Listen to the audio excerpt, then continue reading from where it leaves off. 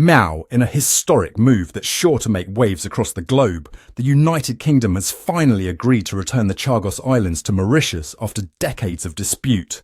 But hold on to your whiskers, because there's a twist. The UK will retain control over the strategically essential Diego Garcia military base. This perfect agreement, finalised on October 3, 2024, culminates years of negotiations anchored in colonial history. The roots of this territorial dispute stretch back to November 8, 1965, when the UK separated the Chagos Islands from Mauritius to establish the British Indian Ocean Territory. This was a critical manoeuvre leading up to Mauritian independence. Between 1966 and 1973, the UK forcibly cleared the islands of their indigenous inhabitants, the Chagossians, to pave the way for American military operations. Nearly 2,000 people were uprooted from their homes, tearing apart a close-knit community that had inhabited these tropical islands for generations. Olivier Bancu, leader of the Chagos refugees group, stated, "While we welcome this step towards justice, our fight for the right to return to our ancestral homes continues." The Chagossians, a vibrant community with a unique blend of African, South Indian, Portuguese, English, French and Malay ancestry, had lived off fishing and coconut farming. Their Chagossian Creole language, a French-based dialect, was as rich and diverse as the coral reefs surrounding their homeland. The situation gained fresh momentum after the International Court of Justice ruled on February 25, 2019, that the UK's control was unlawful.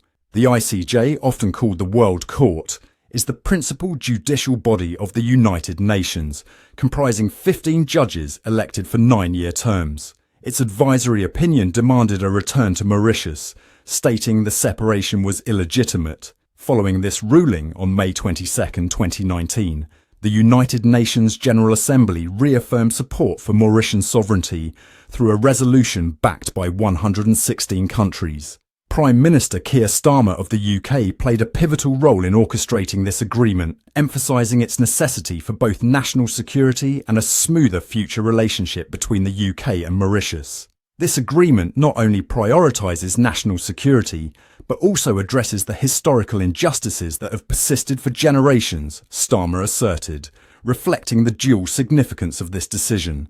His approach marks a significant shift from previous administrations in handling this contentious issue. With this agreement, the UK retains oversight of the Diego Garcia military base for 99 years. This strategic outpost has been central to military operations for decades, serving as a key refueling point for long-range bombers and supporting operations in the Middle East. President Joe Biden of the United States affirmed the agreement's importance, stating, "This collaboration reinforces not just our commitment to maintaining global security, but also our dedication to righting historical wrongs." But while the sovereignty of the Chagos Islands shifts, a trust fund of approximately £40 million over 10 years is to be established, aimed at assisting Chagossians in their potential return and resettlement. This fund will support community projects in the UK and Mauritius and facilitate heritage visits to the Chagos Islands. However, serious concerns persist regarding the practicalities of returning to Diego Garcia itself. Many former inhabitants have expressed skepticism about whether they will be allowed to return to the land where their homes once stood. Environmentalists have raised concerns about how resettlement might affect the island's delicate coral reefs and bird sanctuaries. The establishment of the 2009 Marine Protected Area has been criticised as a potential obstruction to resettlement, limiting fishing rights and severing cultural ties to the islands. This highlights the complex interplay between conservation efforts and indigenous rights.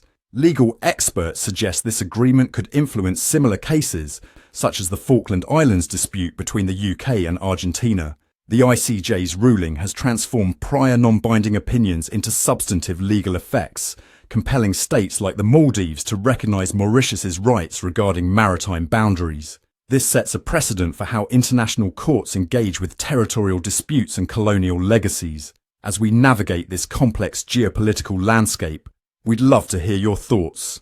How do you think this agreement will impact global politics? Share your perspectives in the comments below, and don't forget to subscribe for more in-depth analysis of world events.